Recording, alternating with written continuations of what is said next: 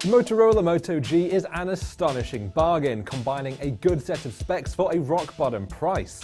If that's still a bit too pricey for you, then cast your eyes over the Moto E. It's an Android KitKat packing 4.3-inch smartphone with cut-down specs and an even more cut-down price. You'll easily spot the family resemblance between the Moto E and the G. Although smaller, it has the same curved back, which is very comfortable to hold, the little dimple for the Moto logo, and it has interchangeable back covers, allowing you to change the colour when you fancy a fresh look.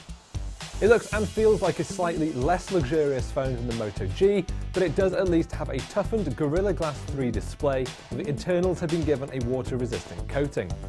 The display has a 960 by 540 pixel resolution, which is lower than the G720p display. It's not quite as crisp and its viewing angles aren't great, but its good colours and reasonable brightness make it more than adequate for everyday tasks. Inside is a 1.2 GHz dual-core processor instead of the quad-core chip found in the Moto G. Didn't put in a brilliant performance on benchmarks, but navigating around the Android interface was still pretty nippy, with menus and apps opening without any of that annoying lag. It handled a spot of light gaming too, although frame rates did noticeably drop on occasion. It's running the latest Android 4.4.2 KitKat software, which is a huge plus for such a budget phone, which tend to save money by coming with older versions of Android. It's a near stock version of Android, which is simple enough for even the most hardened technophobes to get used to.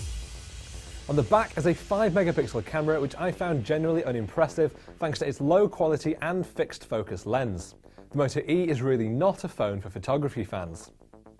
In general, the Moto E packs enough tech to tackle the absolute basics adequately and is a very cheap entrance into the Android world.